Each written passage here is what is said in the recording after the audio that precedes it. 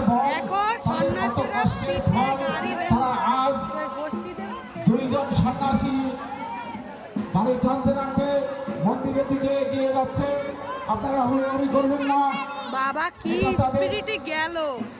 এটা ভগবান শিবের আশীর্বাদ না থাকলে কখনো এই কাজ হতে পারে না।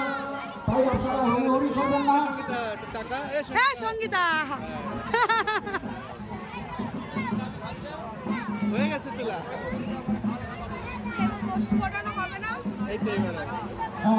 এই সন্ন্যাসীরা আপনারা 2 কিলোমিটার দূর থেকে অর্থাৎ ধানতলা থেকে এই গাড়ি টানতে টানতে নিয়ে এসছে।